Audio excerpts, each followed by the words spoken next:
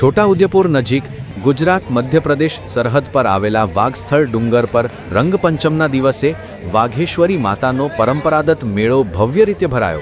તારીખ 8/3/2026 રવિવારે યોજાયેલા આ મેળામાં છોટાઉદેપુર તથા આસપાસના ગામડાઓમાંથી મોટી સંખ્યામાં આદિવાસી પ્રજા અને યુવાનો ઉમટી પડ્યા હતા। અનેક યુવાનોએ વાઘસ્થળ ડુંગર ઉપર ચઢીને માતાજીના દર્શન કર્યા અને હોળી પર્વમાં રાખેલી ગેર ઉઘરાવાની બાધાઓ પૂર્ણ કરી। મેળામાં આદિવાસીઓએ પરંપરાગત નૃત્ય ગીતો સાથે આનંદ-ઉલ્લાસ વ્યક્ત કર્યો। વર્ષોથી ચાલી આવતો આ મેળો લોકોમાં ધાર્મિક આસ્થા અને પરંપરાનો જીવંત ઉત્સવ બની રહ્યો।